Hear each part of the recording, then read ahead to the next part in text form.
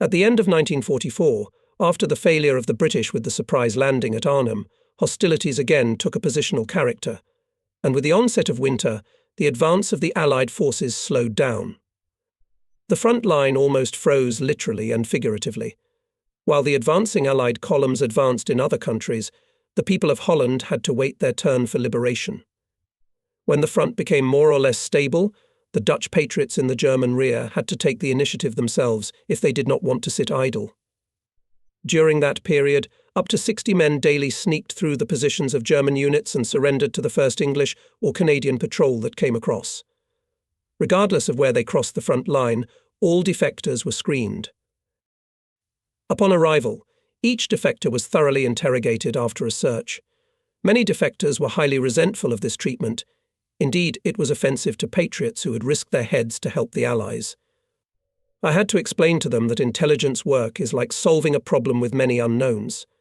Each defector could have bits of information about German military units and their defensive positions. It did not occur to the defector that such information was valuable and that it should be reported to the right people. Those of us who tried to create a general picture from the fragments often lacked a small fact known to the hapless defector. I was aware that German intelligence was still functioning, but it did not seem to me very appropriate to emphasize this in conversations with defectors. Still, there could have been German spies among the many refugees who were genuine patriots. The Abwehr at the beginning of the war often resorted to this method of sending spies into England, and it was much more difficult to do so then than it is now. There was no doubt that the German command would try to take advantage of such an opportunity to infiltrate the Allied rear. On the day the story I want to tell about began, more than 36 defectors arrived. My assistant and I had to spend a good deal of time to carry out the program we had outlined. Noon came before we had time to go through the personal belongings of the defectors. They were the most ordinary little things that a man usually carries with him: a crumpled photograph of his wife or child, a pen, a pencil, a penknife, a penknife, a penknife, a watch. Some of the refugees did not have a penny on them, but most of them had small sums of money among their modest possessions. 2 piles of things stood out. In one was a wallet with 20 crisp credit cards of 25 guilders each. At the opposite end of the table was another collection of things, and among them also a wallet, which this time contained 15 brand new 25 guilders. This drew attention to itself. Having a good memory for details, I memorized the serial numbers of the bills of the first pack, and was extremely surprised to see that the numbers of the second pack were a continuation. I shared this discovery with my assistant and said that I wanted to question both owners. In order not to arouse suspicion, I decided to interrogate one of them fourth on the list, and the other much later. The first 3 defectors I questioned turned out to be crystal honest people. They came from the same neighborhood, were well acquainted with each other, and their stories confirmed and complemented one another. I shook their hands, wished them success in the fight against the Nazis, and organized their delivery to the headquarters of the Princess Irina Brigade, as the military unit of the Free Holland was called, fighting as part of the troops of the 21st Army Group. It was the turn of the owner of the 20 fresh, crisp papers. He was a sturdy, fierce-looking man a little over 30 years of age. His clothes and general appearance gave him the appearance of a peasant or labourer. His broken fingernails and calloused palms showed that he was more at home with a shovel than counting money. "What's your name?" I asked, though I knew it from the sticker on the sack. "Baku is Flint, sir." It was unusual for an ordinary Dutch farm labourer to have a double surname, but I decided to ignore it for the moment. "Where do you come from?" "Eemnes, sir. It's a small town in the province of Utrecht." "What do you do for a living?" "Agricultural labourer, sir." "How old are you?" 36. I continued to ask him the usual questions about religion, place of study, political party affiliation. I asked for his mother's maiden name, place of birth, brothers and sisters, and so on. Sometimes it was possible to catch a person by asking, for example, the name of his father's sister. If he had a quick reaction, he would invent the name without hesitation. If the interrogator put the same question a couple of days later, the subject, having answered 100 or more questions, forgot the name he had given in the first case. Spies often fall for simple, trite questions. After learning Baku's Flint's background, I asked him, "Do you sympathize with the Germans?" He hastened to express his indignation. "Is that me, sir? Sympathize with the Germans? I hate them all." "You speak like a true patriot," I said. "And tell me, Baku's Flint, what have you done to prove your hatred of your enemies?" "I don't understand you, sir." "Then answer another question. Were you associated with the resistance movement?" "Oh, yes, sir." "Now I understand you. I don't like to boast, but I wouldn't be here if I didn't want to do my part in the fight against the Boche." "Of course," I said. "But before you fled Nazi persecution, did you help the resistance movement?" "Of course I did." "In what way?" Flint didn't answer immediately. "You see, sir," he began, "I had to work in the field, close to the railroad line.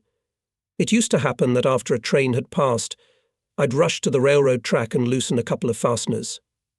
As a result, the next train would derail. What if it was an ordinary passenger train with honest Dutchmen and not a German military transport?" "I've thought of that," Sir Flint grinned. "And as a rule, I made sure in advance that the next train was carrying Germans." "How did you find out?" "I had my ways," he said, hesitating again. "What were those ways?" Flint had to rack his brains again to find a suitable answer. At last he said, "The signalman at the next station is a buddy of mine. He used to give me advance notice." "How far was that station from where you were working?" "About 5 kilometers, sir, maybe 6. "How did he get these messages to you? He couldn't have left his post, could he?" "I suppose not, sir, if that's what you think." "How do you want me to think?" "I don't know, sir." Baku's Flint looked very unhappy. The interrogation continued in the same vein. I came to think that the Germans must have been extremely short of men if they turned such fools into their agents. Flint's story was full of absurdities, each of which might have been grounds for suspicion.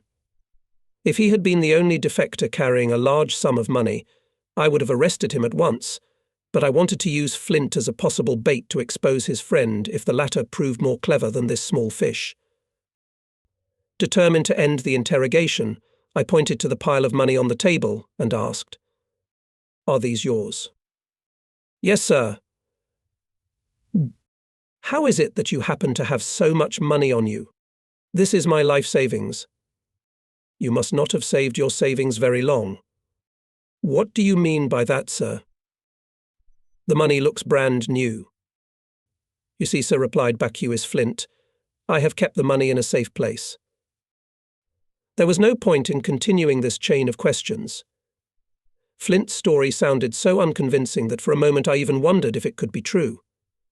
The German scout, I reasoned, who had recruited him would no doubt have provided him with a more reliable cover story.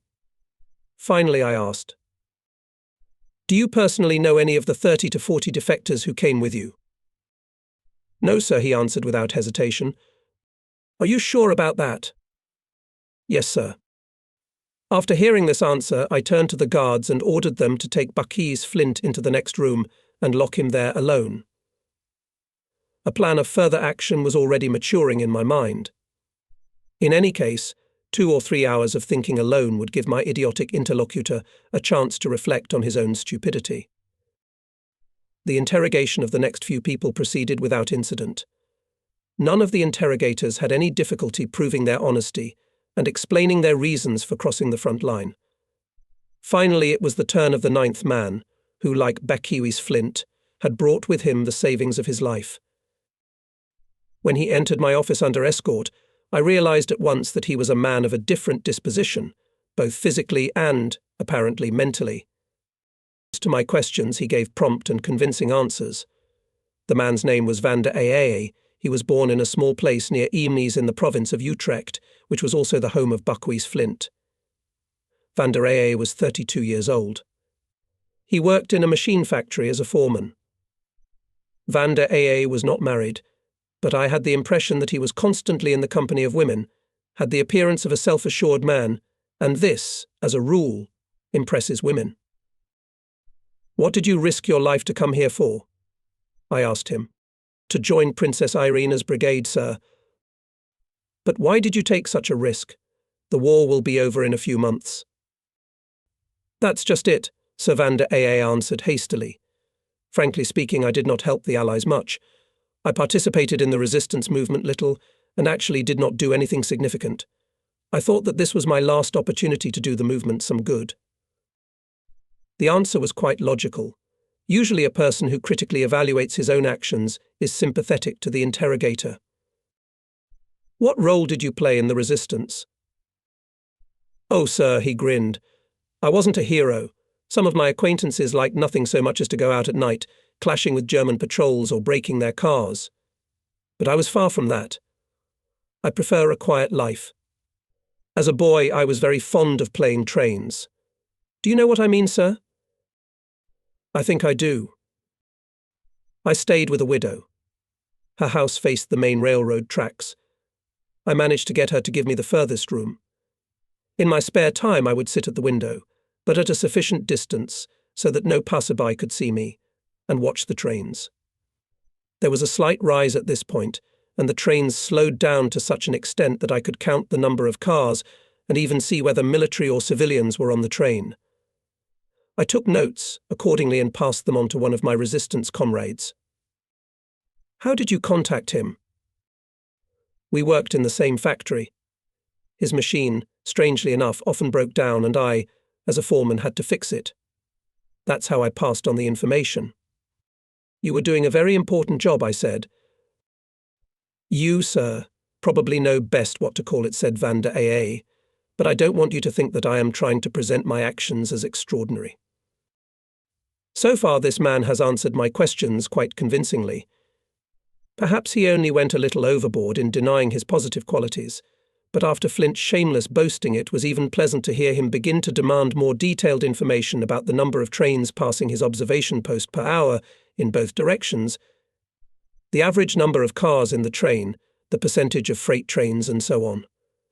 I was familiar with data on the movement of German troop echelons through Holland, and Vander Aa's answers were consistent with reality. By this point in the interrogation, my opinion of Vander Aa was bifurcated. He could either be a true Dutch patriot or a well-trained spy who had made the fatal mistake of taking a large sum of money with him. Now, in retrospect, it is fair to say that if Vander Aa had not been carrying a wallet full of money, I probably would have taken him for a patriot. I decided to change the line of questioning. Tell me, Vander Aa, approximately how long have you been with the resistance movement group? A little over 3 years, sir. During that time, did you meet any prominent members of the resistance, or even hear about them? Of course, sir. Name a few names, please. Vander Aa thought for a moment. Well, what is it? You see, sir, it's not so easy to do. Some of them are known only by nicknames. There's a guy who calls himself William Tell. Another one goes by the name of King Kong. I don't know their real names, though. It doesn't matter. Give me the names you remember. Please, sir.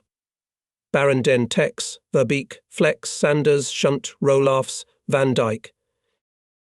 Vander Aa mentioned half a dozen other names. I knew some of them, and especially the first, den Tex, a true patriot and a well-known leader of the resistance movement. I changed my interrogation tactics again and used my main trump card. How come you had a thick wallet with new banknotes in it? After a subtle pause, Vander Aa smiled, and his face turned pink. Ah, to hell with them. You may call me a thief, sir. Frankly, I stole that money before I set out. But you see, sir, I stole it from the biggest crook in our town, and the most active collaborator you'll ever find. He's been collaborating with the Germans since they came. When we were all starving, his shop was bursting with meat, which he sold at a price accessible only to those like himself. So I came to the conclusion that I shouldn't leave empty-handed. He had made money dishonestly, and I thought it would not be wrong to relieve him of some of it. The answer was quite nimble. Human nature is such that we are more likely to believe facts against a man than facts in his favour. If there had not been Baku's Flint behind the wall with a second wad of money, I would probably have accepted Vander Aa's explanation without any doubt. Had anyone helped you to borrow this money from the butcher? I asked. No, sir. I did it all by myself. In my opinion, Vander Aa had made the first blunder. If he and Baku's Flint, as I suspected, had made a deal between them, my question gave Vander Aa an opportunity to mention, as if casually, that he had been helped by one man with whom he had divided the booty. I pretended to listen to him with complete indifference and asked again. Can you repeat again the names of the members of the resistance movement known to you? Of course, sir. Let me just remember. Baron Den Tex, Verbeek, Shunt, Rolafs, Sanders and Van Dyke. I may not have named them in the order I used to. Right, I said aloud, and thought to myself that this time Vander Aa had omitted the name Flex. Now tell me about the German formations that have been in the area of Eemnes in recent weeks. Vander Aa answered quickly, but with enough pauses that made his answer natural. To the east of the town there was a tank repair shop, and next to it an artillery depot. Not far away was a camp which Vander Aa believed contained no more than one division or infantry brigade with its attached units. 5 kilometers from the city was the Luftwaffe airfield, but the Germans did not use it. I nodded in agreement. Vander Aa information coincided with the information I already had.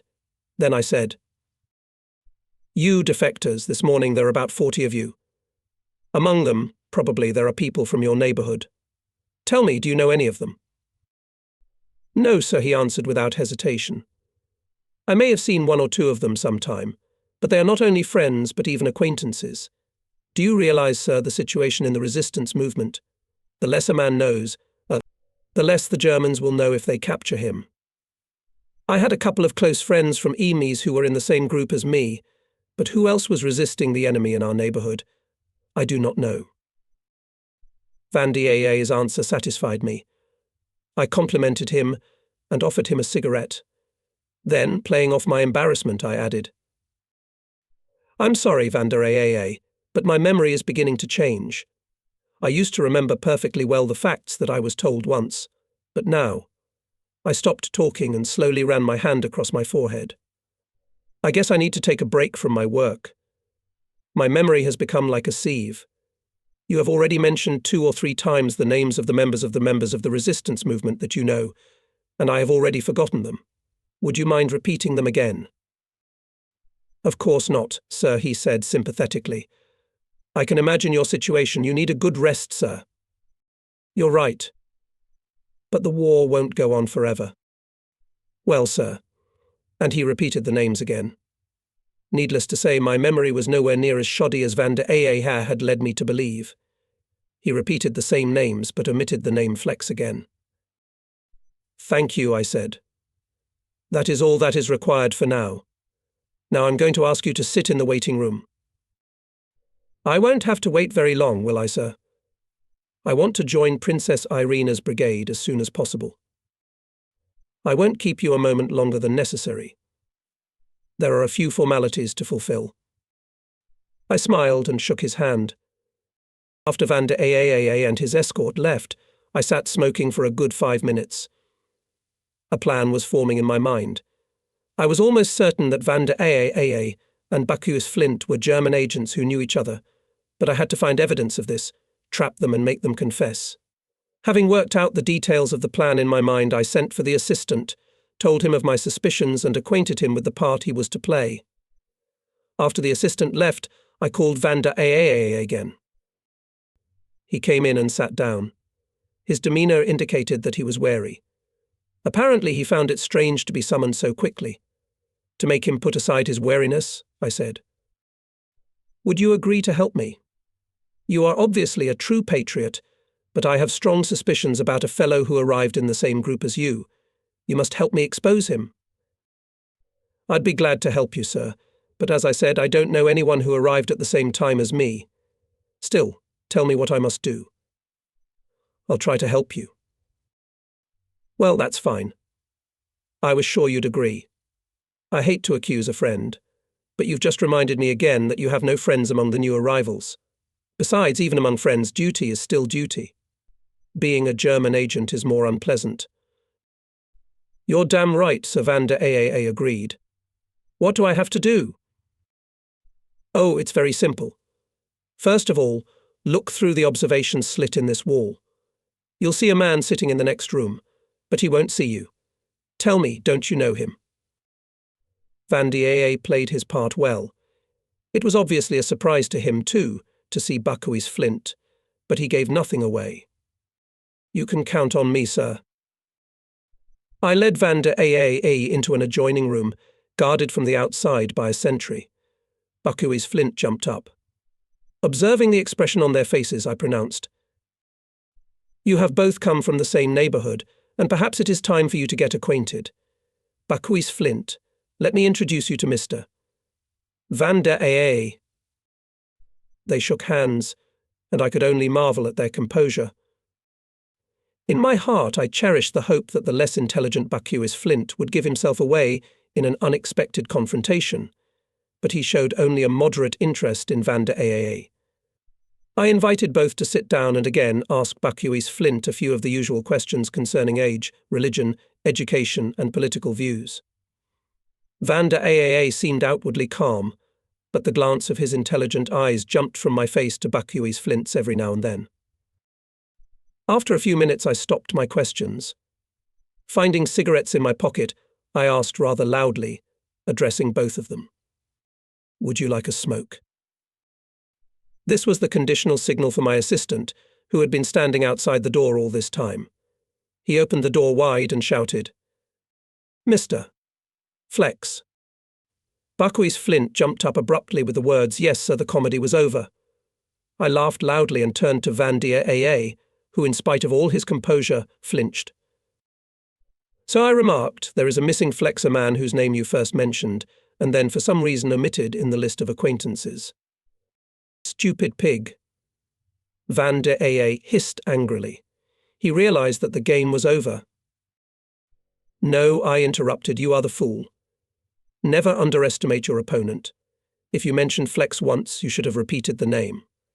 By not doing so, you only aroused my suspicion. In any case, you should have compared your equipment before coming here, if only for curiosity's sake.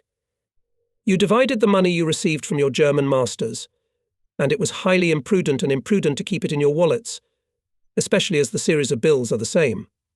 Well, gentlemen, who's first to make a full confession?"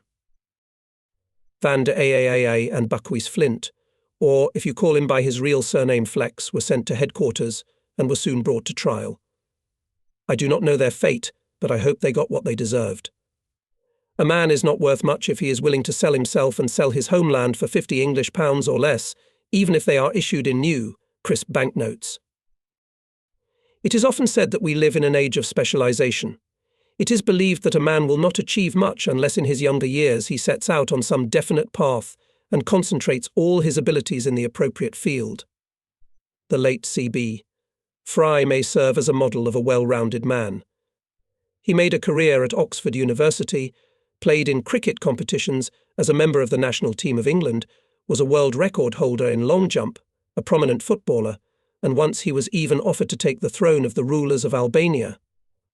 This type of man is as extinct as the prehistoric mammoth. The ancient Greeks believed that man develops in all directions as his abilities and capabilities grow, but their ideal, like the language of ancient Greece, belongs to the past. That, at least, is what we were taught in school. Perhaps I represent a relic of a past, less hurried era. I would not wish to be known as vain, but with an innate aptitude for foreign languages, at the age of 30 I was fluent in 6 languages, and had a sufficient grasp of 7 more for work, by good fortune, and again through such inherited qualities as good eyesight and excellent coordination of the senses, I was able to achieve international class in boxing and shooting. My endeavours allowed me to successfully play bridge with any partner and not fear losing.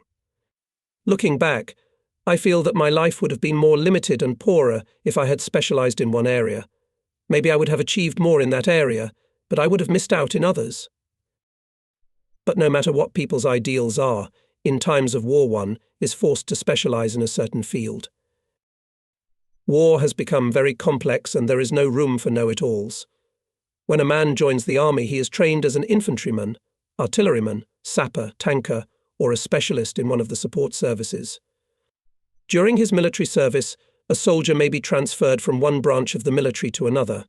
He may even find himself having to learn a new specialty. But the principle of performing tasks of a single profile remains firmly in place. In the last war, there were many cases when a man sat in the wrong sled, and it was not always without negative consequences.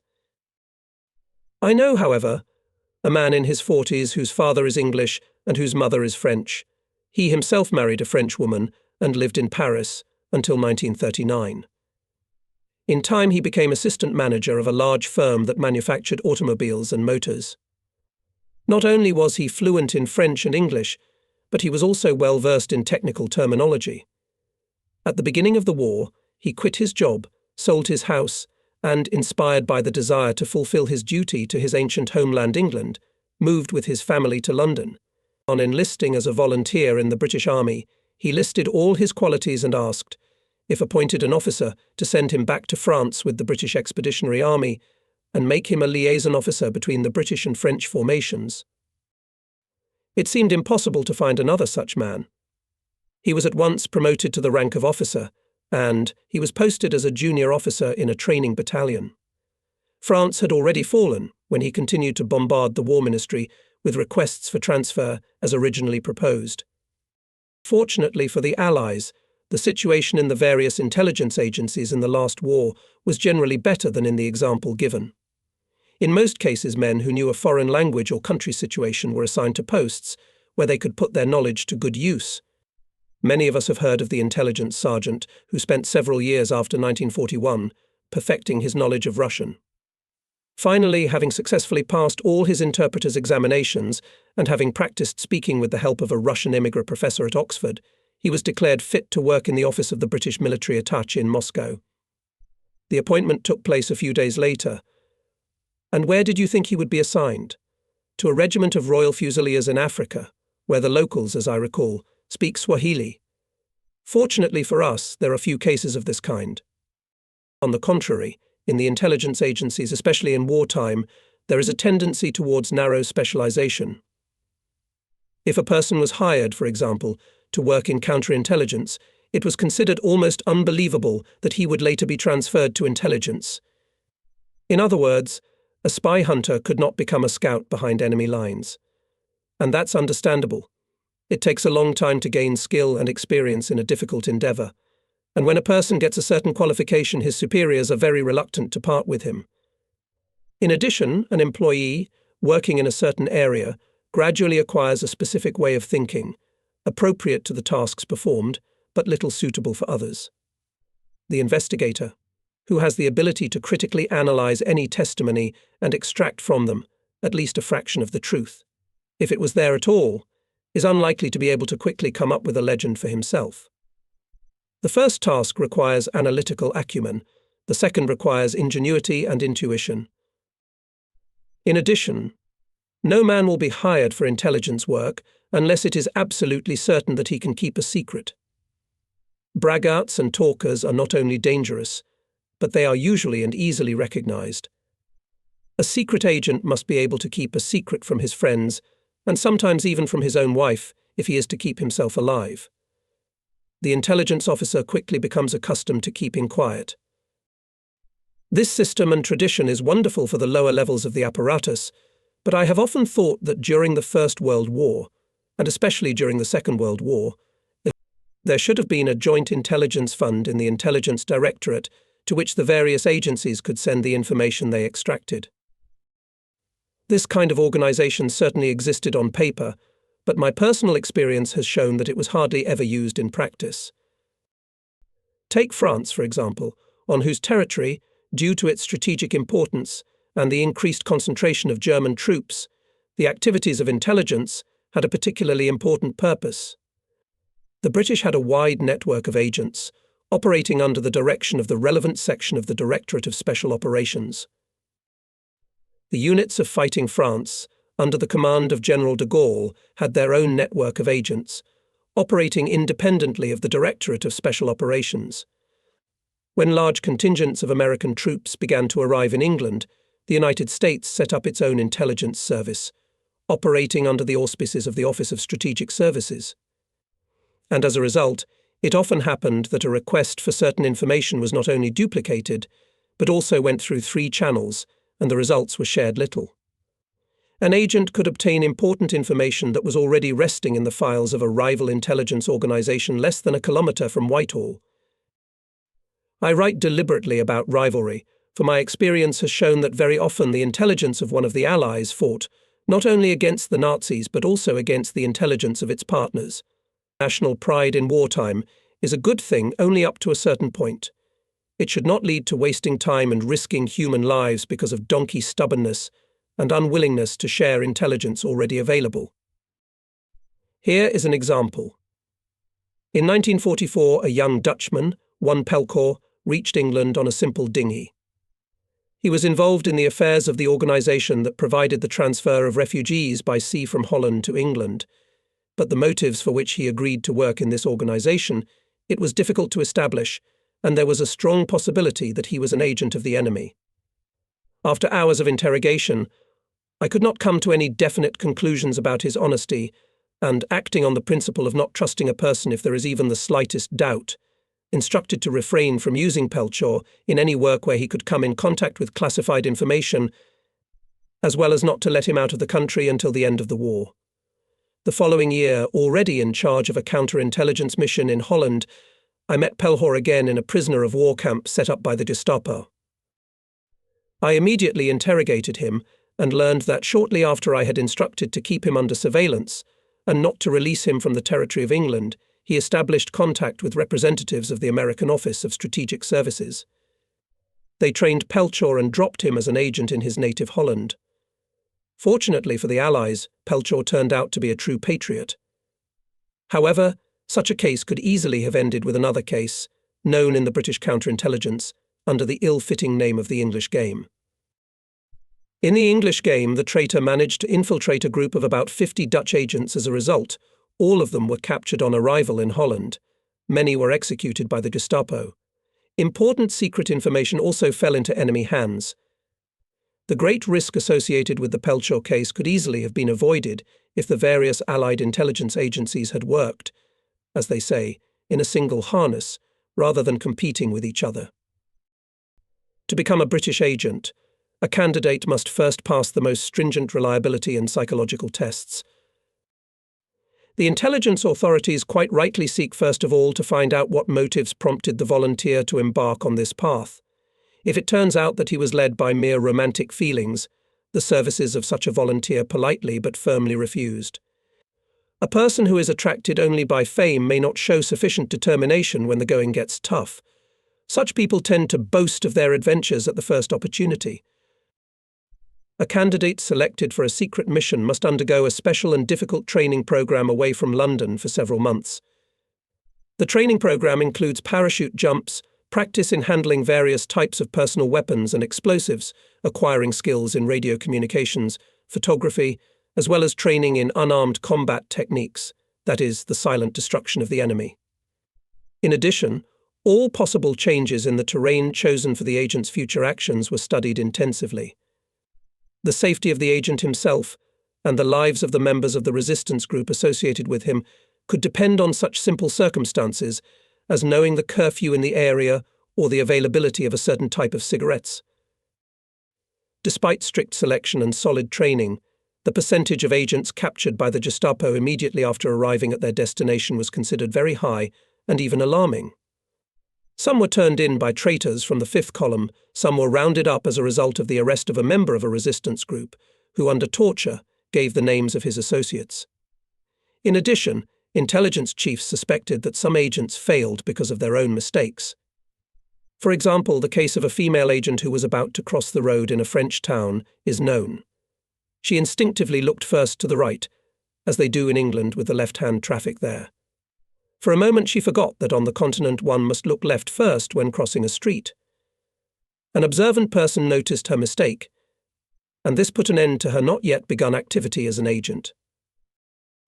It occurred to the intelligence leadership that our counterintelligence colleagues might be able to help in a common cause.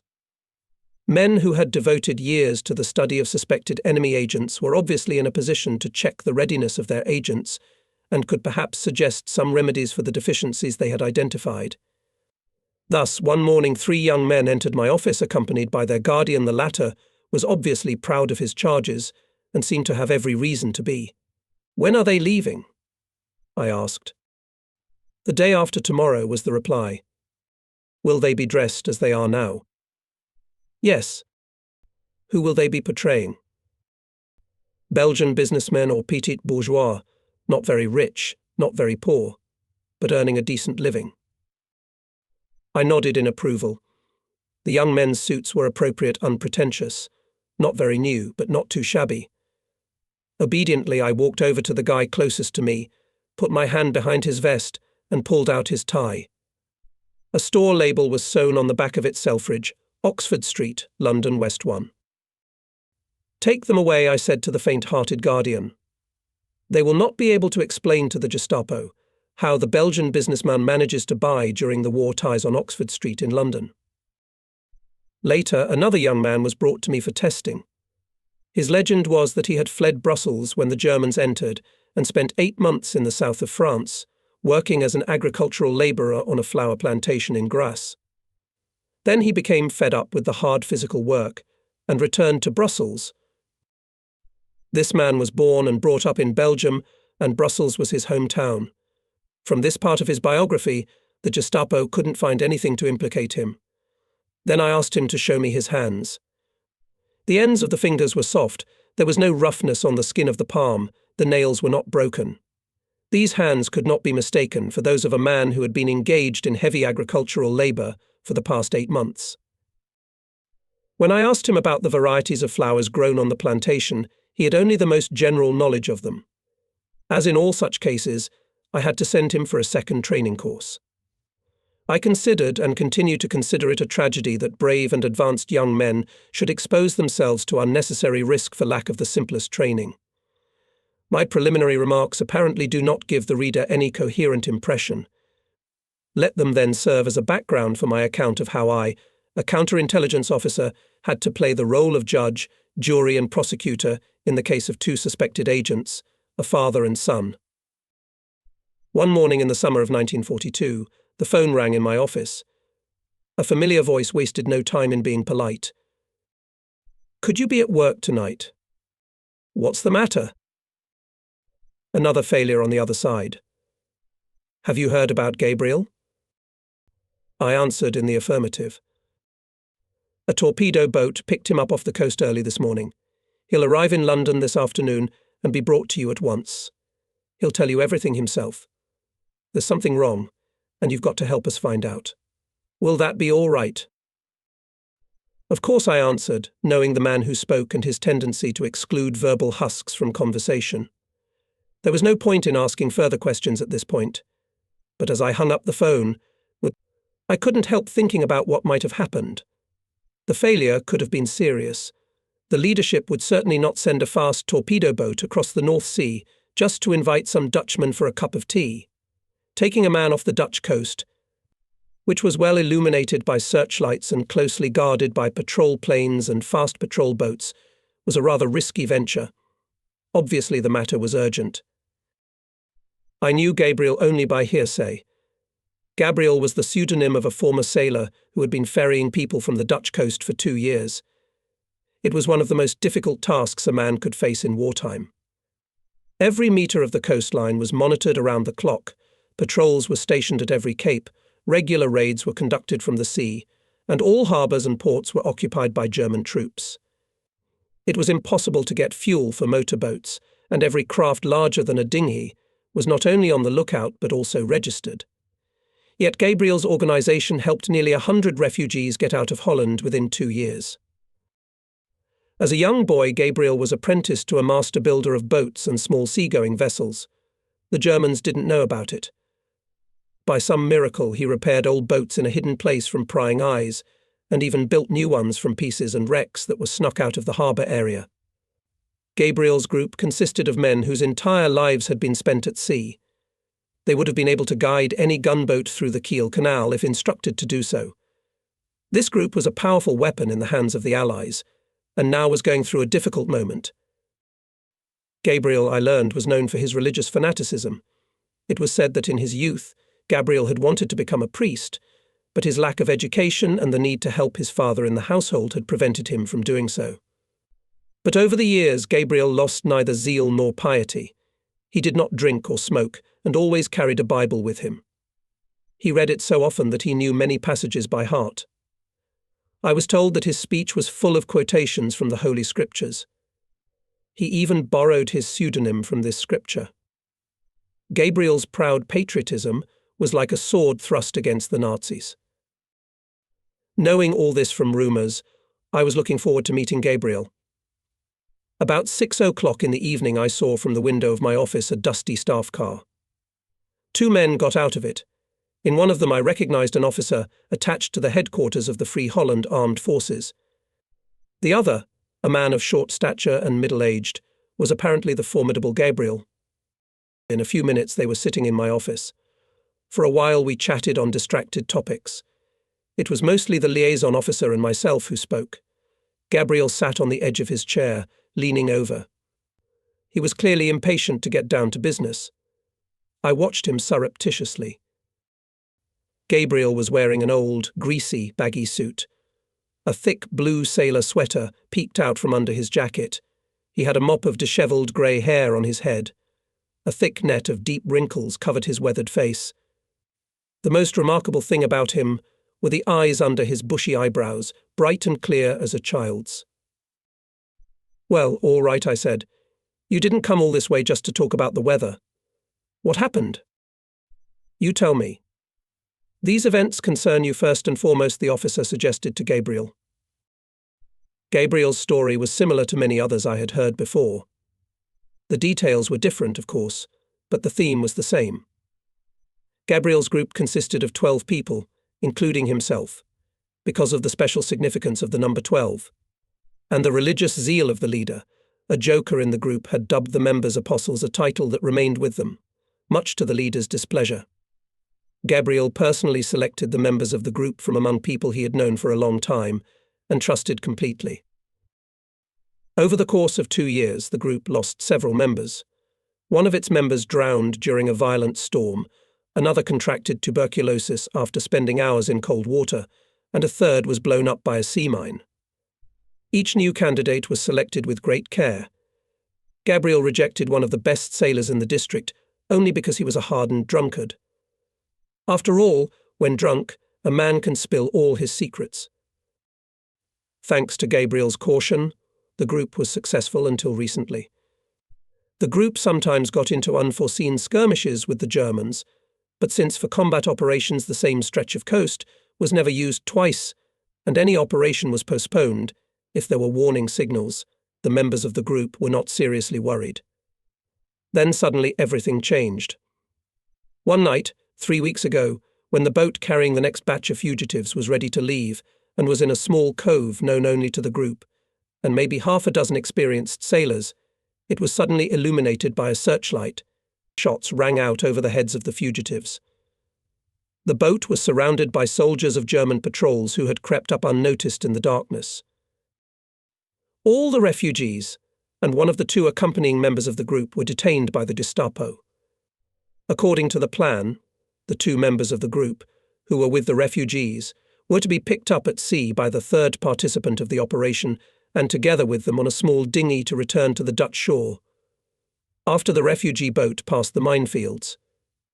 The escape was made by a young man of athletic build named Lowen, whose father was also a fellow member of Gabriel's group of apostles.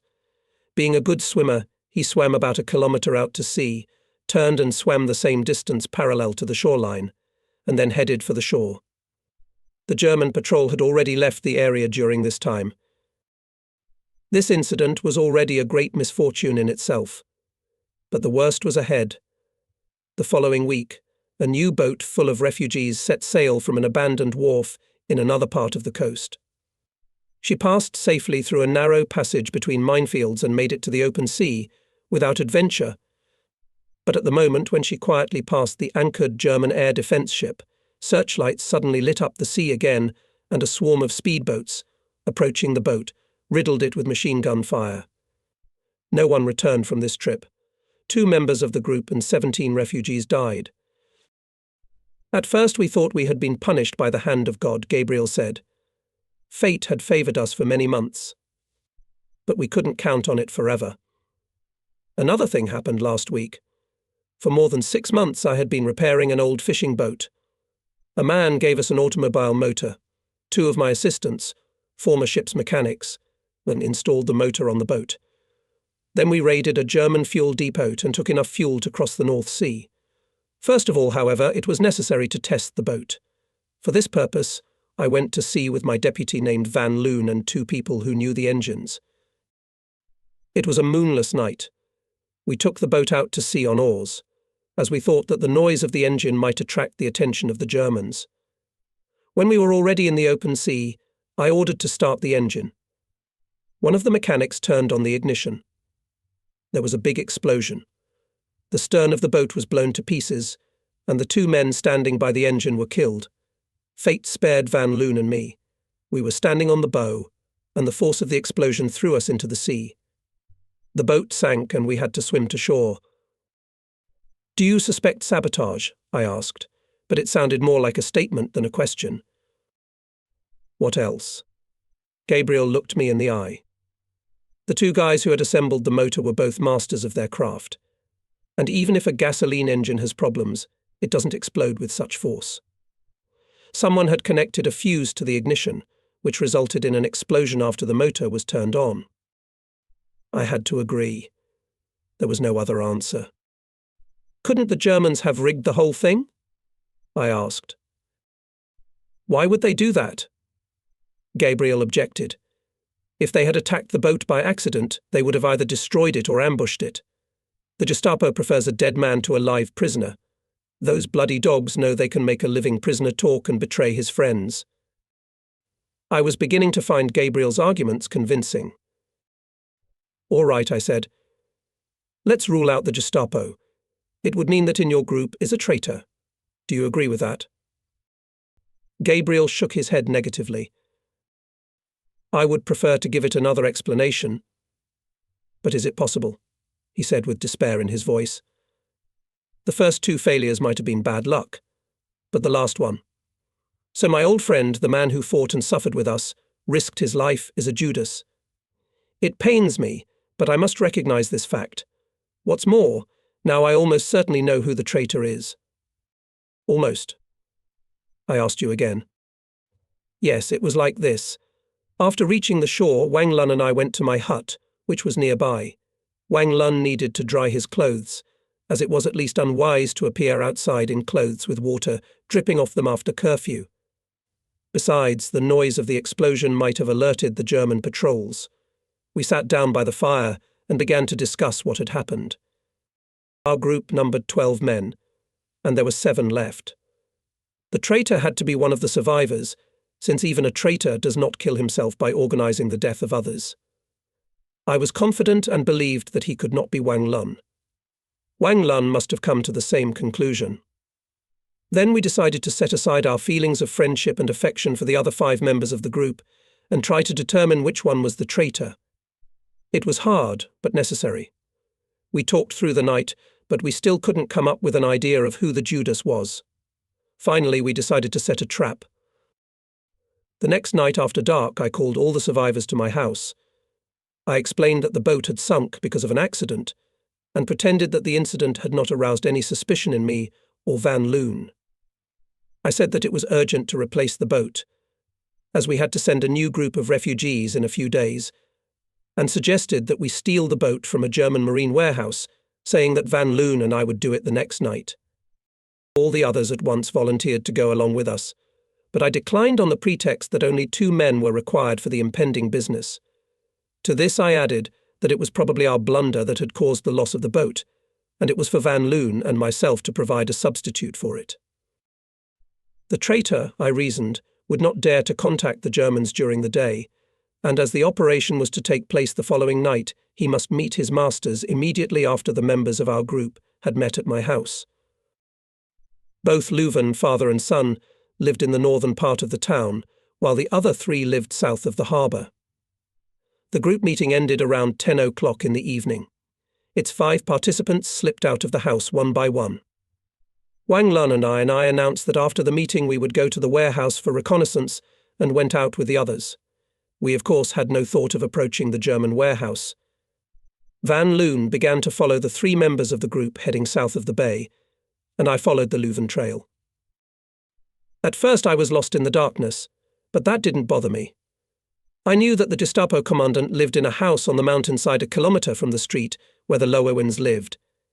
There were sentries at the front door and the back door, and I didn't dare get very close. Assuming that the traitor would use the back door, I hid in a ruined house about 200 metres from the back door. The porch was dimly lighted, but I had my binoculars with me, and I expected to make out the face, or at least the silhouette, of a man coming out of the house. As I took up my observation position on the top floor of the ruined house, the sentry at the back door to the commandant's house called out to someone, and he slipped through the door before I could point my binoculars. But I knew that sooner or later he would come out. So I watched. Half an hour passed. It was cold, and my joints ached.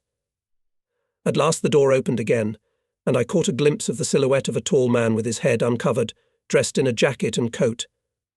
The man disappeared again into the darkness. I saw him for a second, maybe less. "And you recognized him?" I asked. "More or less." "What do you mean, more or less?" "That's what it means," Gabriel replied. "The Gestapo commandant usually chose large soldiers as sentries. They have a more imposing appearance. And yet the man who quickly passed the sentry was taller than him. I'm short, as you can see. Wang Lung is a little taller than me. The other 3 are of average height. The eldest Luen is nearly 6 feet tall, and his son is even taller. The father's hair is grey, the son's blonde. In the light of the lantern over the porch of the commandant's house, they would look like white. Both father and son wear navy coats. So you suspect the father or the son, but you're not sure which one?" I asked. Gabriel nodded affirmatively. "But couldn't it all be a coincidence?" I suggested. I realized that such a coincidence is hard to imagine, but sometimes strange things happen. Another unknown Gestapo informer, for example, could have been a tall, blonde man who also wore a jacket and a coat. There must be several people in your neighbourhood who look like that. That night I prayed to fate that it would be so, said Gabriel. But when Van Loon and I arrived at the warehouse the next night, we found the posts doubled and an ambush set up at the docks. If we hadn't waited for complications and weren't ultra-cautious, we might have fallen into a trap. I already knew from Van Loon that the 3 members of our group, whom he had been watching, had gone straight to their homes after the meeting. There could be no doubt the Gestapo had been tipped off by one of the Luens. "Did you do anything about it?" I asked. "I saw only one solution to kill them both," said Gabriel. "Doesn't the Bible say, 'Vengeance will be mine'? I will repay, saith the Lord. True, one of them may be innocent, but one man's life is not worth more than the lives of 5 members of our group, and all the people we could have saved from the Gestapo. Van Loon turned out to be smarter than me. He thought of something. And that's why I came to you." "What did he think of?" "We need to act quickly before the case is damaged further. As soon as I get back to Holland, we'll steal the boat from the Germans. That shouldn't be too hard to do. Then I will entrust both Leuven, father and son, to manage the boat in transporting a party of refugees to England. They will wait for the embarkation of 10 or 12 men, but no one will show up on the day of departure. The boat will be prepared, and I will direct the Luens to England alone, by force of arms if necessary. I assume that the traitor, having been given the task of escorting the boat, will not tell the Germans of the crossing being prepared, or will arrange with them not to touch the boat. If the enemy does sink the boat, so much the better, we will be rid of the traitor. Is that clear?" "It's a clever plan. I can't say I said with a grin. I like the plan, but won't your present trip to England make the traitor suspicious?" "He doesn't know about it," Gabriel replied. "I have an elderly aunt in Rotterdam, and she has been ill for a long time. Officially I left last night for Rotterdam, and should be back in 2 or 3 days. The radio operator who relayed to one of your torpedo boats a request to pick me up is known only to Van Loon and myself." "I think you did the right thing," I remarked. "It may not be easy to decide which of the two suspects is the traitor, but we'll do our best to find out as soon as they get here. At any rate, the traitor will be out of the picture for the rest of the war." "That's right," Gabriel muttered. "The war won't last forever, and the day of reckoning will come. If the traitor ever returns to Holland, I will kill him with my own hands." We talked for a while longer. Then I wished Gabriel a good journey and a safe return. The liaison officer of the Free Holland military headquarters, who had been silent during the entire conversation with Gabriel, suggested that we set up a code signal to report Gabriel's arrival in Holland by radio and call this Operation Exodus 14. That same night, Gabriel was taken by car to the east coast and set off for Holland. 2 days later, I was informed by telephone that the code signal Exodus 14 had been received. This meant that Gabriel had returned safely and the trap for the traitor was set. On the morning of the 13th day after that, I received a report that a boat with 2 Dutchmen on board had docked at a deserted river mouth a few kilometres south of Harwich. The 2 Dutchmen were badly emaciated and were rushed to the hospital to prepare them for a trip to London in 2 or 3 days. They were under guard but had not yet been interrogated. The message also indicated that they were both very tall and remarkably similar to each other. I had no doubt that they were the Luens, and gave orders that no attempt should be made to interrogate them, but that they should be kept apart for the time being, and that a convincing pretext should be found for doing so as not to arouse suspicion. I also ordered that whichever of the detainees was first able to move should be sent to London.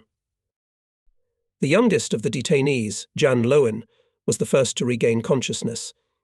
3 days after his arrival in England, he was taken to London and found himself in my office. I am of average height, but this bony giant towered over me. His head was adorned with a mane of scraggly, faded, almost white hair. He was one of those wiry, skinny giants who usually have great physical strength. At first we talked about the ordeal of crossing the North Sea, but of course I tried not to show my knowledge of him and the resistance group Gabriel was leading. Jan told me that he and his father had, in peacetime, run a small trawler that the Germans had confiscated after taking Holland.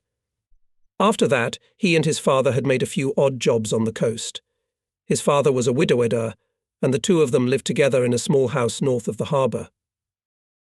Shortly after the occupation, an old acquaintance of their family named Van Loon suggested that they join a resistance group led by another acquaintance of theirs, known by the nickname Gabriel. They discussed the proposal, decided they had nothing to lose, and joined the group.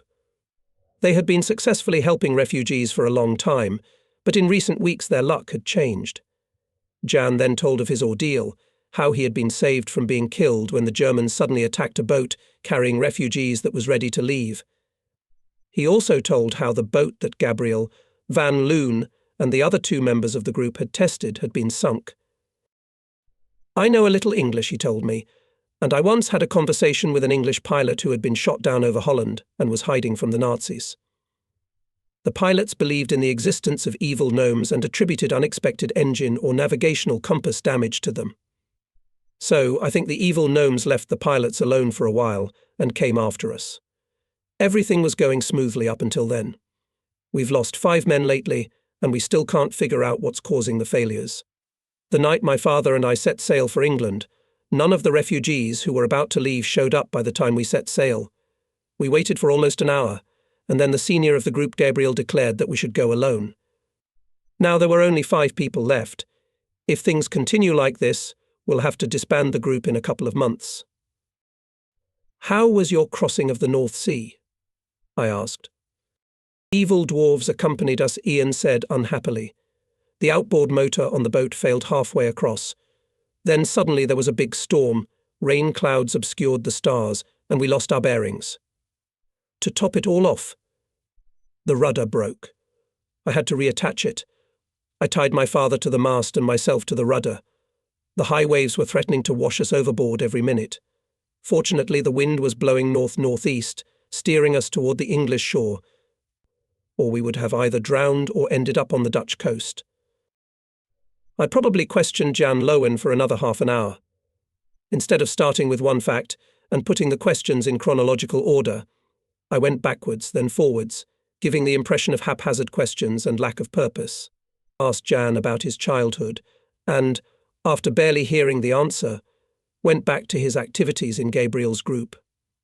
This method sometimes justifies itself in talking to clueless people who are confused in their own thoughts and can talk, but it rarely gives the desired result in relation to people with a sharp mind and only exacerbates their sense of vigilance.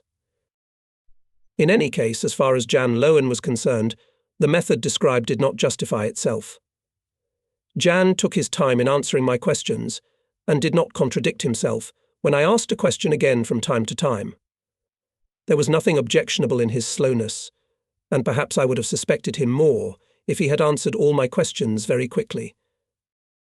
Finally, I came to the most important question. In recent weeks, your group has lost 5 men out of 12, I said.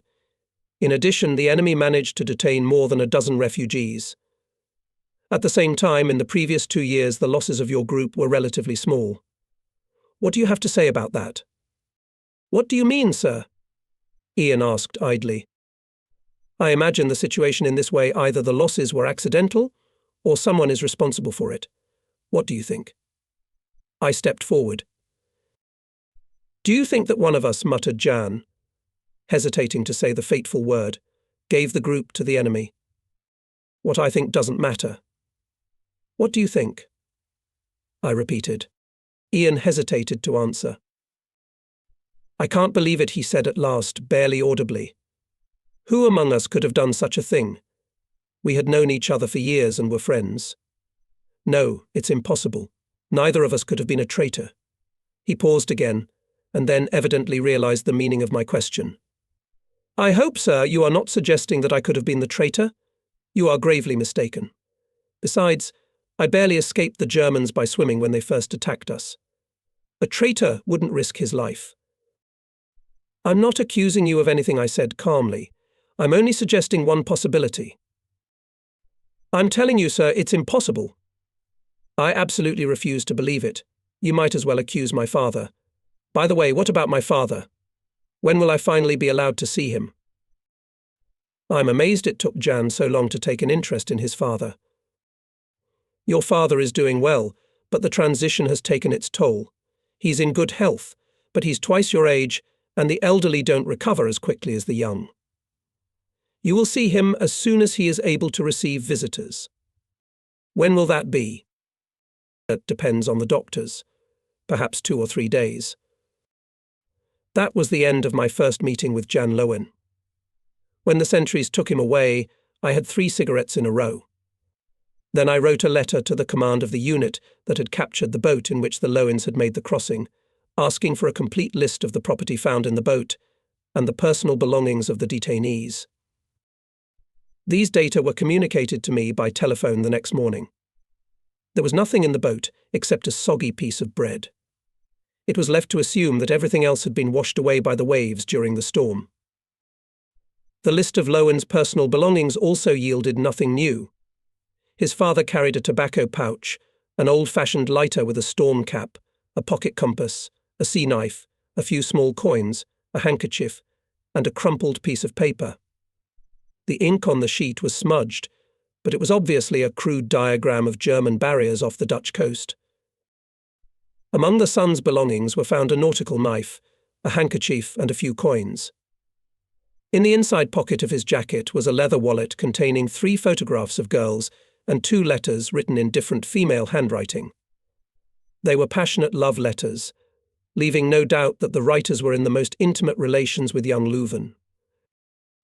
I gradually formed at first a vague, but then a more definite view of the man, but I did not want to jump to a conclusion. I still had to question his father. The opportunity soon presented itself. When Lowen Sr. came into my office, I was struck by the extraordinary resemblance between father and son.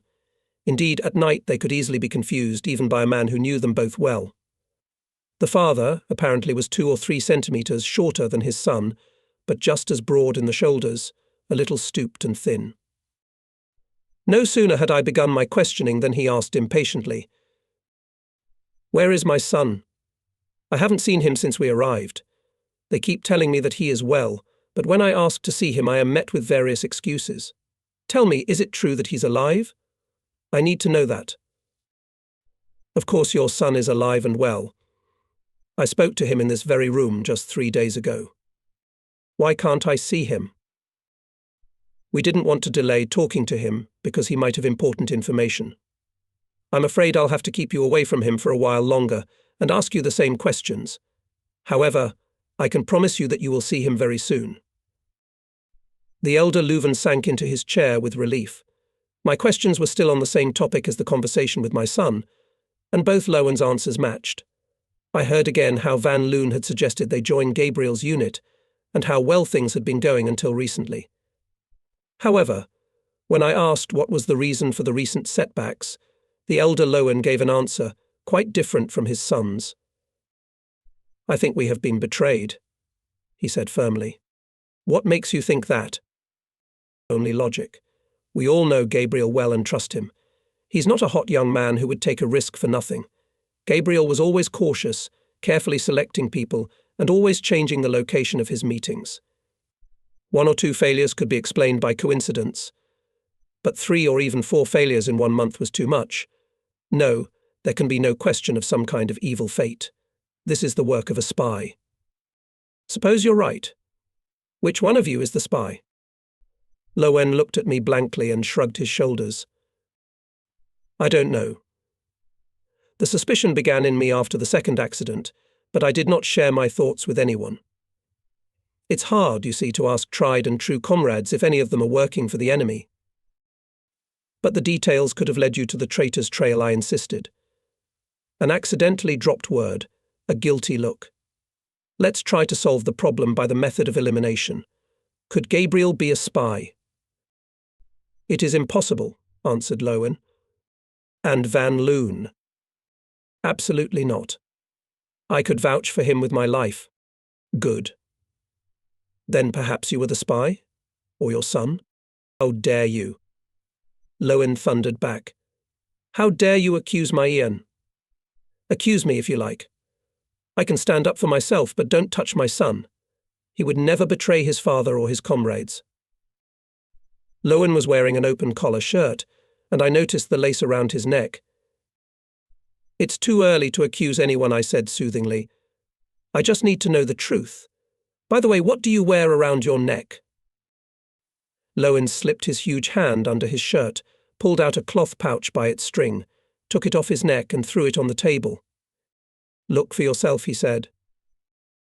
I untied the pouch and shook its contents out onto the table. A wedding ring, a strand of blonde hair tied with string, and an ID card were all that was in there. What's this for? I asked, pointing to the ID card. I'll need it. Tie. But the authorities here will give you a new identity card. I don't intend to stay here, he said sharply. I must go back to Holland. I have a job waiting for me there. Do you want to go back? To risk your life again? I didn't say I wanted to go back, Leuven replied simply. It's my duty to be there. I changed the subject. Mr. Lowen, do you know how an internal combustion engine works? Of course I do. I had a skiff with an outboard engine before the war. Is your son familiar with the engine? Naturally. I had no more questions for the old man. I let him go and wished him a good night's rest. When he got up, he asked again when he could see his son. I had only to assure the old man that he would not have to wait long. Old Leuven took a cloth bag from his desk, hung it around his neck, nearly crushed my hand in a bearish handshake, and then, dragging his feet awkwardly, left the office. What to do next?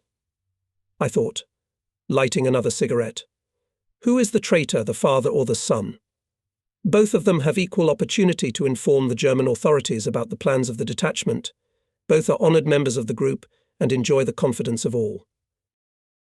In favour of the son was the fact that in the first case, which allowed suspicion of treason, he was a member of the crew of the boat and escaped death only because of his training. A traitor would hardly have risked his life. However, given that the Germans captured the refugees and one of the members of the group without a fight, the rescue of Low and Jr. could have been coordinated with them in advance. Another fact testified in favour of the father.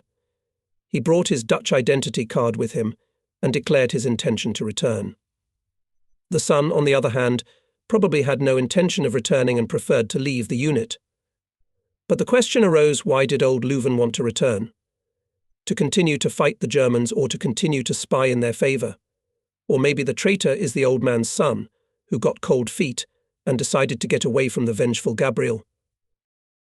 A comparison of the father's and son's answers revealed that up to a certain point they were in complete agreement, but at the same time they differed sharply in two respects. When I asked the son what he thought had caused the recent series of failures, he did not give a definite answer and was surprised by the version I put forward of betrayal. The father, however, in response to this question, immediately said that the reason for the failures was the activities of a traitor. Was the son so honest that he could not even imagine betrayal by one of his friends, or was his reaction consistent with the behaviour of a venerable spy who decided that he should behave in such a way during interrogation? Was his father an honest man who expressed his innermost thoughts without fear or hope of reward? Or was he an even more experienced enemy agent who believed that demonstrating honesty was the best line of defence?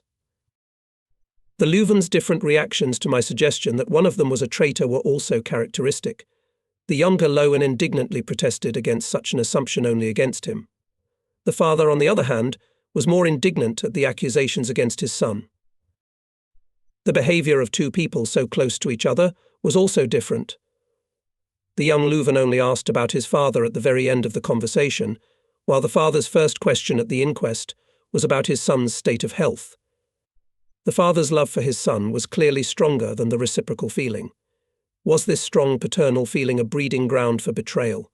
Could it be that the father had entered into a deal with the Gestapo in order to keep his son safe?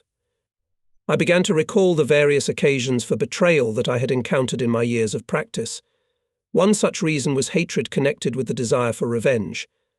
A man might be so influenced by passion for a woman in the enemy's camp that he would sacrifice his honour for her. Blackmail can also induce betrayal. Sometimes a person's actions are determined by considerations of personal gain. Vanity, greed, lascivious life, acute sense of inferiority, these are the qualities that in the right environment can push a person to betrayal.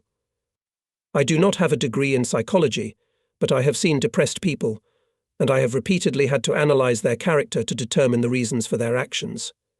As a rule, their character was influenced by selfish feelings. A person who places himself and his interests above everything else, and above all above the interests of society, is more prone to betrayal than other people. Having reached this stage of speculative research, I decided to resume my questioning of the younger Lowen. After he had settled himself in his chair, we chatted for about 5 minutes about nothing. Then I said, "You must be a good swimmer, Mr. Lowen." "Yes, sir. I guess I am a really good swimmer," he replied, smiling shyly. "You are modest. Tell me, when the Germans suddenly attacked the boat with refugees, before it had time to leave, how far did you have to swim to escape?" "A good 5 kilometers, sir." "That's splendid. But I'm not quite sure how it happened. Could you tell me more about this incident?" "Certainly, sir. There were 2 of us from Gabriel's group. We were tasked with bringing a boatload of refugees to England. We pulled the boat close to the shore. I was on the bow, holding it up, and Philip stood at the edge of the shore and helped the passengers board. Suddenly a searchlight flashed at a distance of no more than 50 meters and blinded us, followed by a second one from the other side. Shouts in German were heard, and I realized that we had been discovered. The passengers, who had already managed to get into the boat, suddenly stood up. This caused the boat to rock violently, and I could hardly hold on to it. Panic gripped the people. Some were trying to get into the boat, others, on the contrary, were hurrying to get ashore. It became clear to me that there was no way to get away, and that everyone had to escape as best they could. If I had remained in the boat, I should have been captured. Fortunately, the shore rises steeply at this point, and under the bow of the boat the depth was 3 or 4 meters. I dived off the side of the boat, swam about 20 meters underwater, and then surfaced for a breath of air. Then I dived again and swam underwater for a long time.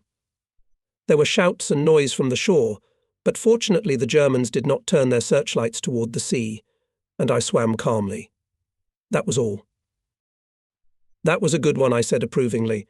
You have nothing to blame yourself for having escaped in this way. They used to say, "He who fights retreats only to prepare for new battles." You could not have been more useful to Gabriel if you had relied on fate and allowed yourself to be captured by the Nazis. By the way, how did you get your sea boots off in the water? I wasn't wearing sea boots, replied Lowen, without hesitation. I was wearing moccasins. That's interesting. I smiled. The sailor is going to take the boat with the fugitives across the North Sea to England. It's no Sunday stroll. Hundreds of kilometers of stormy seas ahead. During such a crossing, the waves inevitably slam over the side and the water covers the bottom of the boat. And despite this, you, an experienced sailor, put on your moccasins. Would you like me to tell you why you did that? Because you knew from the start that the boat was not going to make the journey. It was agreed with the Nazis that you would go swimming, so you put on your moccasins to make it easier to move in the water. You didn't understand me.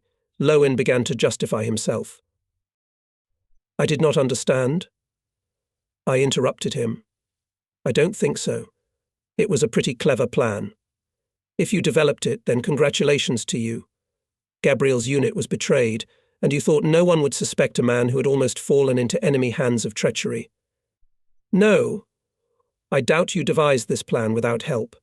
All this is very reminiscent of the idea of my old acquaintance, the head of German intelligence in Holland Giskix. Junior Lowen blinked and shook his head sharply. I don't know what you're talking about, he shouted. I have never heard of the man whose name you have mentioned. I am not a traitor. It is you who are the traitor, I objected. Moreover, I will get your confession, even if I have to sit here with you for the rest of the war. But Jan Lowen proved to be a tougher nut to crack than I had anticipated. I worked with him for about a week, returning again and again to the question of the moccasins. I mocked him, shouted at him, urged him to confess.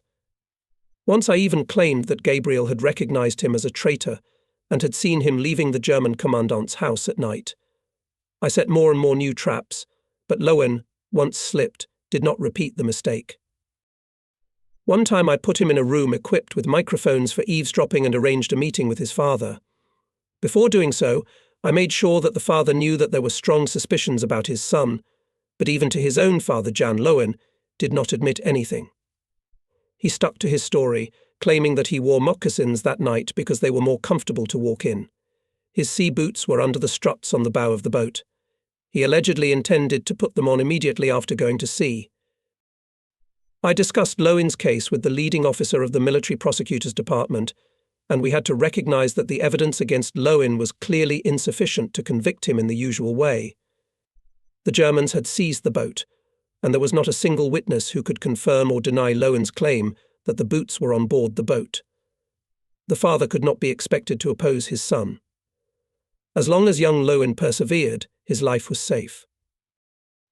Young Lowen spent the next 3 years in an English internment camp. I think he realized that every day he lived brought him closer to a harsh and merciless sentence that we could not pass and enforce based on the laws that existed. Lowen Sr. died 6 months after his arrival in England. The official report of the cause of his death said that he never recovered from the severe ordeal of his last sea crossing. But I personally believe that he died because his heart could not withstand the trials of another kind. Even for lack of sufficient legal evidence, the elder Lowen inwardly realized that his son had been exposed as a traitor. With the end of the war in Europe, the hunt for spies did not stop. They no longer posed a serious threat to the security of the Allied countries, but one had to look to the future. Among other things, justice demanded that the guilty be punished. Collaborators and war criminals had to be identified. A few weeks after the end of the war, I found myself in Scheveningen near The Hague. One day I received an anonymous letter written in pencil in block letters. The text read, MS, Sander is a Hun mistress and a spy. It is your duty to investigate her case. death to traitors. Counterintelligence received a lot of such letters. As I said, war always brings a lot of dirt to the surface, and it usually takes a long time before it settles down. This is especially felt in a country that has been under enemy occupation for nearly 5 years. Under such conditions, there are always people who find it easier to make a deal with the enemy than to resist him. The mayor, the doctor, the priest have to make desperately difficult decisions. Should they still fulfill their duties and try to alleviate the plight of their fellow citizens, even if it means cooperating to some extent with the occupiers? Or should they go underground and sacrifice their duties to others for the sake of their personal reputation as patriots? When the war is over, there are people who feel it their duty to expose both real and imaginary collaborators of the enemy. The motives for such people's actions may be varied patriotic impulse or the desire to get even with an old enemy. I scrutinized the anonymous note. The paper on which it was written was nothing special. It was a standard size and shape, without watermarks. The handwriting gave reason to suspect that the author was a reasonably educated man, but at the same time it spoke of the author's haste, for in several instances the printed letters were joined. At the end of the sentences there were dots circled. I confess I was sorely tempted to crumple up and throw this sheet away. I was swamped with work, I was already short-staffed, and I felt no respect for people who did not have the courage to sign their name to a serious accusation against others. Nevertheless, I decided to suppress the temptation. As the author of the letter pointed out, it was my responsibility to investigate such cases. If someone disliked Ms.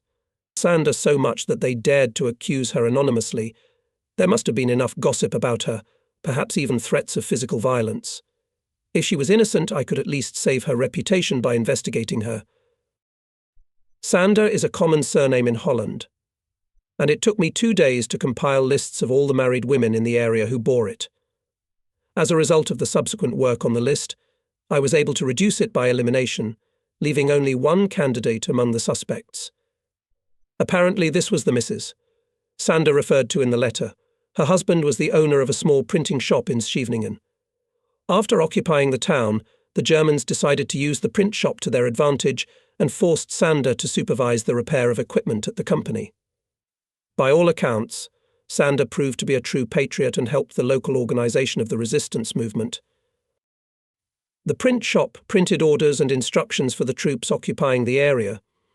The Germans made sure that Sander could not learn the contents of the printed orders. Thanks to his powers of observation, however, he was able to pass on very useful information to the resistance movement. At the end of July 1944, the Gestapo arrested Sander. This may have been the result of the carelessness that possessed him, but it is possible that the Gestapo, having discovered the leak, set a trap and Sander fell into it. He was held for several days in the local Gestapo office, and then he disappeared. None of the members of the resistance movement organization I interviewed at the time knew what had happened to him, but everyone feared that he had been secretly murdered. However, in early April 1945, a month before the end of the war, Sander reappeared. Gaunt, looking more like a garden scarecrow than a human being. Sander said that the Germans had tortured him and showed the round scars on his left arm, where, he said, one of the Gestapo interrogators had pressed a burning cigarette to try to get him to talk. The Gestapo then transferred him to a special camp in northwest Germany. After the Allies entered Germany, the prisoners were driven east on foot. Sander took advantage of the panic during another air raid and escaped. He wandered for several days until he was caught up by forward Canadian units. After a proper check, Sander was allowed to return to his hometown. Naturally, Sander was greeted as a hero.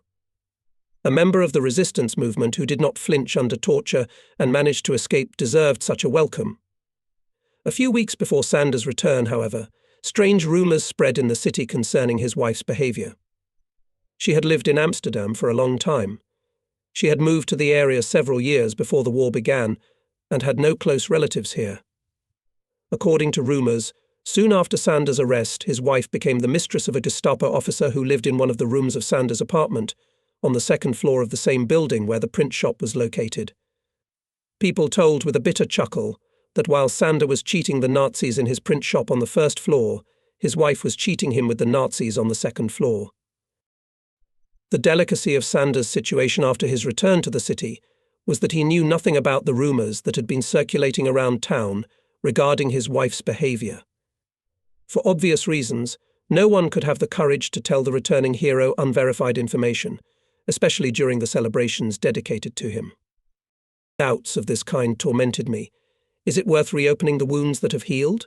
Is it necessary to investigate in order to open a pustule under a healthy skin, which will make impossible the newly established happy, as it seemed to everyone, married life? I pondered. And yet, in the end, I found it necessary to take up the matter. In order to prevent the spread of further gossip, I decided not to summon Mrs. Sander to my apartment, but to visit her at her apartment, pretending as if it were an ordinary courtesy visit. I chose the time for the visit so that Sander would not be at home. Mrs. Sander herself opened the door and, when I introduced myself, invited me in. While we chatted about nothing, I tried to get an idea of the hostess. In my opinion, she was in her mid-30s. She was not, from my first impression, a full-figured and lovely woman, nor did she have the ability to arouse instant passion. At the same time, however, she had a warmth that was hard to detect. It was easy to imagine that a German officer far away from home and family liked this woman. She was clearly not stupid. After a few minutes of conversation on general topics, she smiled and said with a winning directness, "Mr. Pinto, I am sure you are very busy with work and have not come to see me just to talk about the weather and post-war worldly problems. Obviously, you have a more important reason." All I had to do was smile back and agree. "Yes, Mrs. Sander, you are right, and so allow me to proceed without further delay." Without another word, I took out an anonymous note from my wallet and held it out to her. "Please read it." Mrs. Sander looked at it, shuddered, turned pale for a moment, and then her whole face flushed. She dropped the sheet on the floor and sat for several minutes with her hands over her face and her head bowed low. At last she said softly, "You, Mr. Pinto, must be a great master of interrogating people." "I suppose so," I answered. "And, after all, do you get the truth out of them?" I shrugged. "I hope that's more often the case, Mrs. Sander continued, "and that there's no point in my trying to fool you. Sooner or later you will get to the facts. This letter is fair and yet unfair. Let me explain." And she told me her story. At first she was confused, but gradually she regained her composure. During the 5 years of the occupation, several German officers of senior rank had been quartered in her house in turn. They kept themselves courteous, spent time in their rooms, and spoke to her or her husband only when necessary. In the middle of 1944, another lodging officer left and his place was taken by Major Hauptmann, an SS officer who had been severely wounded in Russia and had been assigned to Holland. He was younger and, as Mrs. Sander recognized, more attractive than his predecessors. He smiled and wished her good morning when they met on the stairs. On several occasions he invited her and her husband over to his place. Strange as it may seem, it was she who was at first against establishing such a relationship with a German, considering it wrong. But her husband insisted that she should be kinder to Major Hauptmann. Mrs. Sander knew of her husband's connection to the resistance movement and suspected that he wanted to give the Major the impression that they were friendly to the Nazis in order to somehow keep himself safe. Disaster struck less than 2 months after the Major had settled in their apartment. Her husband was arrested, and he barely had time to warn her about it. That same evening Hauptmann came to see her.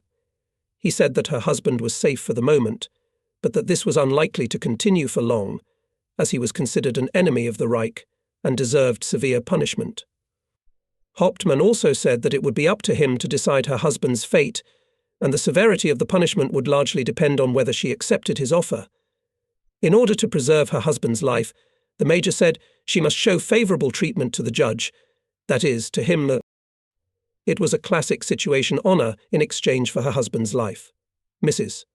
Sander said that at first she was tempted to throw herself at the Major and claw at his smiling face. But she restrained herself. She could only try to evade a direct answer and buy time. Seeing her hesitation, the Major agreed to wait until 9 o'clock in the morning.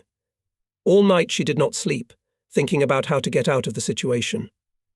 In her soul she still had a hope that the Major was joking, and her husband would soon be released, but gradually she realized that these hopes were in vain, and that her husband was really threatened with immediate death if she did not give in to the Gestapo's demand.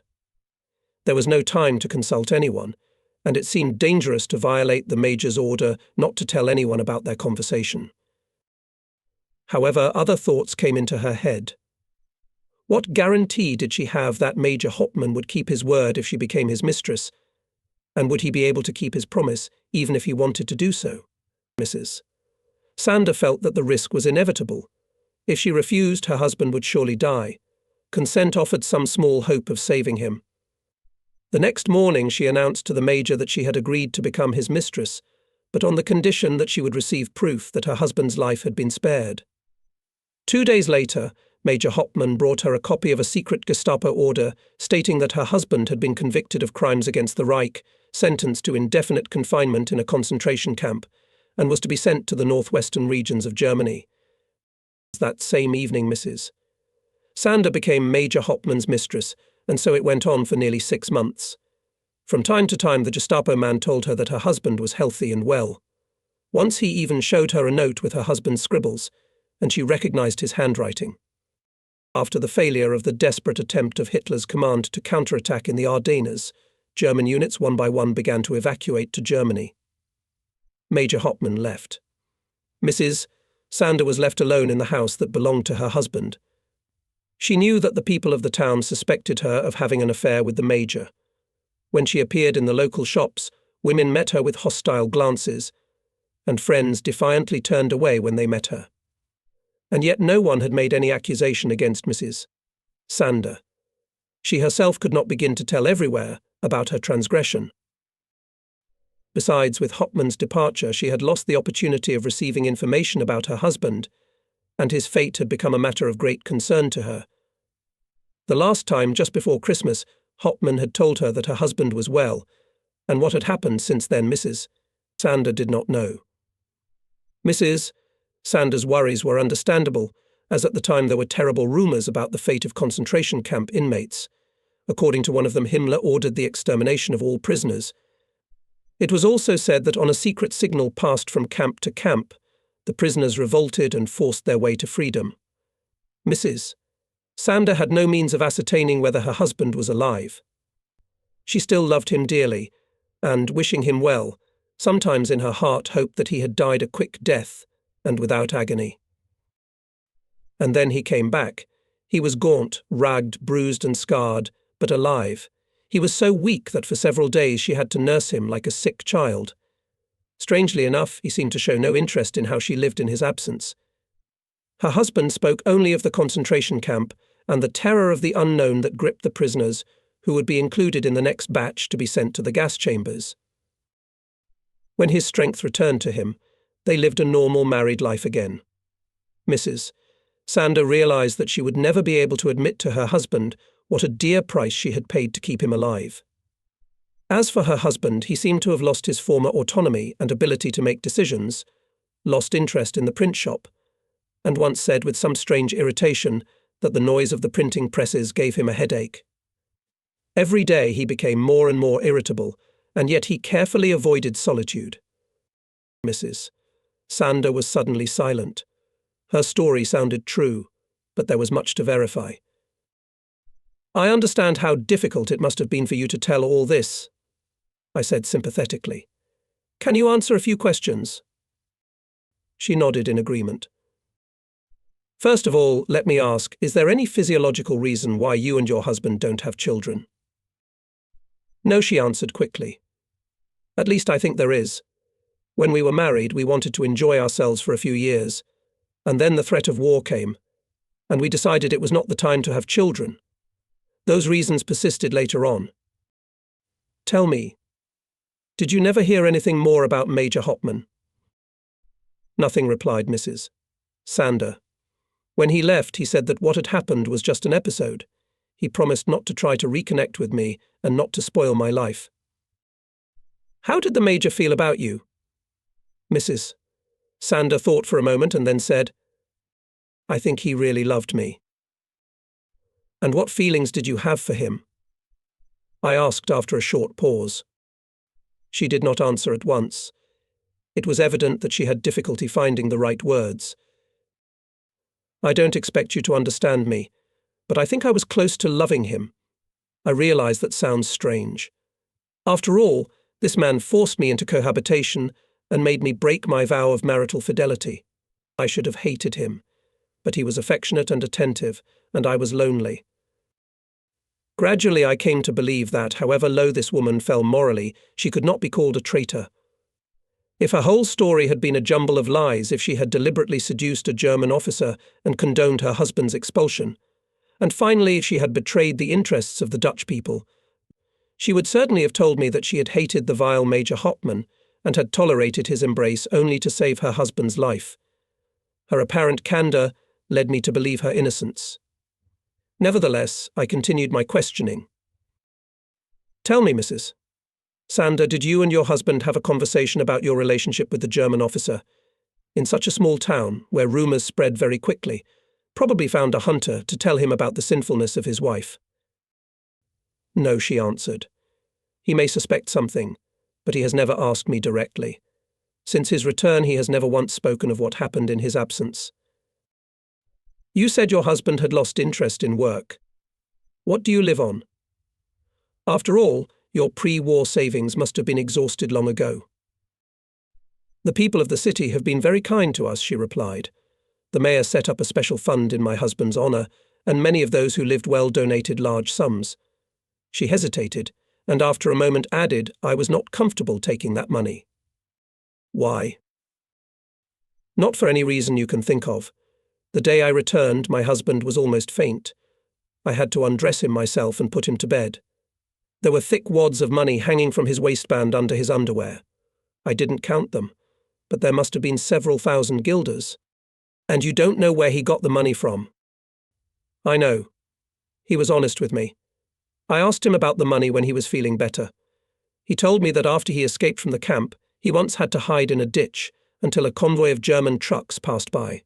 Suddenly an English airplane appeared overhead. It began to dive and fire machine gun fire at the convoy. One of the trucks caught fire. 2 soldiers who were in it rushed away. In the turmoil that followed the raid, my husband crept to the truck and pulled 2 or 3 crates out of the back, hoping to find food in them. When he opened the crates, he saw that they were full of money. It was obviously the truck of a divisional cashier that was carrying the money. The husband reasoned that this was one of the few fortunes a man can have during a war, and took as much money as he could carry. "I don't think anyone would blame him for that," I said. "If I had escaped from the concentration camp, I would have tried to get a per diem and a lifting allowance." At that time footsteps were heard on the stairs. "It must be the husband, Mrs." Sander said, confused. "We must think of something. He mustn't suspect." "Let me take over," I interrupted her. "Don't worry." A man of medium height, thin, with a mop of light blonde hair and blue eyes entered the room. He was obviously surprised to see a man in an officer's uniform in his wife's room. I immediately went up and introduced myself. "Lieutenant Colonel Pinto from the Dutch counterintelligence mission. I came to clarify some questions, and your wife kindly offered me a cup of coffee." "What do you want to know?" he asked sharply. "I am carrying out an assignment from the Chief of Intelligence of one of our formations," I politely replied. "They have managed to capture several senior SS officers who will later be tried as war criminals. 2 of them were active in this area and lived in your house. I am tasked to find out how these men behaved, whether they are guilty of any crimes and the like." "What are the names of these officers?" Sander asked. "One goes by the name von Buchwald.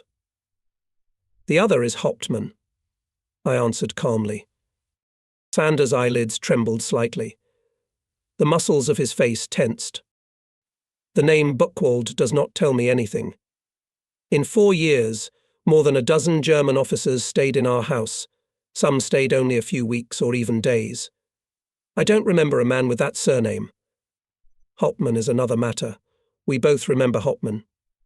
Don't we, my dear? He finished, turning to his wife. For a split second, I thought that last remark had a double meaning. Your wife has just told me that Major Hauptmann lived here and left when the German troops retreated. Would you like to make a formal accusation against him? Does that mean that I will have to appear as a witness at the trial? Sander asked. I shrugged my shoulders. As much as I hate Nazis, I confess I can't accuse Major Hauptmann of anything. He had behaved quite properly. He was the initiator of my arrest, but he can always claim that he was only doing his duty. In the eyes of the Nazis, I was guilty of crimes against the Reich, and it wasn't Hauptmann's fault that I earned this one. Sander turned down the sleeve of his shirt. On the back of his left hand, I saw 2 round scars, each the size of a small coin. This happened when Hauptmann handed me over to the Gestapo. It is of course difficult for me to say how Hauptmann behaved after my arrest, Sander said, looking at his wife, but before that I had no reason to accuse him of crimes against humanity. The thought flashed through my mind again that this seemingly innocuous remark had a hidden meaning. Mrs. Sander immediately came to her husband's aid. You don't have to worry about that, she said. Major Hauptmann has always been very courteous. Besides, he had had too much to worry about in recent months because of the failures of the war, and there was no time to offend a lonely woman. I decided it was time to end the conversation. Thank you for your hospitality, Mr. Sander. Unfortunately, I have to go. By the way, I added, turning to my husband, I'd appreciate it if you'd drop by to make an official statement that I could send to the appropriate authorities. This kind of formality is simply necessary. Could you come this afternoon? I thought the war was over, Sander replied, but I see I was wrong. We still have to obey military orders, although their form has changed. It's not an order, I replied, forcing myself to smile. It's a suggestion. Both officers lived in your house. You obviously don't mind giving them a fair trial, do you? I can't refuse, if that's all it comes to. In any case, I have nothing to do. Because of the lack of ink, the printing press can't work now. Back in my office, I thought for a long time about how to find the right solution to the problem. Finally, I thought of using a technique that has helped me many times in times of need. Calling the duty officer, I ordered to find among the captured archival documents a notebook or diary of an officer, preferably with military insignia on the cover. Everything was ready, and I waited for Sander to show up. Sander arrived around 4 o'clock in the afternoon. It seemed to me that he was in a better mood now than he had been in the morning. But at the same time I felt that he had prepared for the meeting and was alert. Well, Mr. Sander, I probably have more experience in drafting documents. If you'd like, I'll dictate to you what you have to write. Please feel free to correct me as you see fit. Is that okay with you? I don't mind, Sander replied. Good. What's your name? Ernst. That's where we'll start. I, Ernst Sander, residing at this place, hereby declare that the statement given on June 14th, 1945, is a voluntary confession and is made of my own free will. I paused and looked in his direction. This introduction is necessary so that the defence in court cannot claim that the confession was obtained from you under duress. So where were we? Oh yes, at my personal request, let's continue. After the arrival of the occupiers in Holland, and until my arrest by the Gestapo at the end of last year, the exact dates can be given later, various officers of the German army lived in my house. I understand that the investigation is primarily interested in 2 of them, Colonel von Buchwald and Major Hauptmann. I do not remember the officer who bore the former surname, but I wish to state that none of the officers who lived in my house ever showed disrespect to me, or my wife. At the time of my arrest, Major Hauptmann was living in our house. He conducted himself as befitted an officer and a decent man. I also declare that his friendship and assistance convinced me of the necessity of cooperating with the German authorities and assisting in the realization of their plans. I gave Hauptmann a great deal of information about the Dutch resistance movement and was well paid for my treachery. My arrest was set up on purpose. Sander jumped up. What are you saying? He shouted. You want to trap me. But I won't sign that statement. You may not sign it, But you can't deny that everything here is right. You're no hero of the resistance movement. You are a dirty traitor to your people. Sander's blue eyes threw sparks of anger. Who betrayed me? I know. My wife did. Sit down, I said calmly. Your wife didn't do it. She stayed loyal to a scoundrel like you. You've been exposed by this diary, and you yourself have already confessed everything. I pointed to the cover of the diary, but I didn't dare to open it. Sander could recognize from the handwriting that it was not Hauptmann's. You didn't think I went on. That Major Hauptmann is such a punctilious but careless man. He is methodical enough in noting the rewards given to you, and at the same time careless he left the diary as he flew away. Besides, we would hardly need this written evidence. You gave yourself away. What do you mean by that? Sander almost growled. You agreed in advance with Major Hauptmann about the arrest. The fact is that the situation around you was heating up, and sooner or later the resistance fighters would have found out where the information was leaked. And these so-called scars on your left arm. You've obviously never seen the scar that a burning cigarette or cigar leaves on the body. The skin is stretched, and a crease forms in the place of the scar, and you have smooth skin on your arm. Some Gestapo man helped you fake those scars with a coin soaked in a weak acid solution. Didn't he? What about the money you were carrying on your belt? You were in Germany and you want to make people believe you escaped from the camp. What was that truckload of regimental or divisional cash in the form of crates filled with guilders? There were no German units in Holland by then, and if this imaginary truck was on its way to some German unit, wouldn't the soldiers and officers be surprised if they were suddenly given Dutch money in Germany? This money was received by you from your German masters for services rendered to them. Sander grinned. Oh.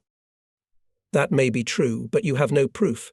Who would believe an unsubstantiated accusation against a recognized resistance hero like me? Not a living soul. And Hauptmann's diary? I asked, tapping the cover of my notebook.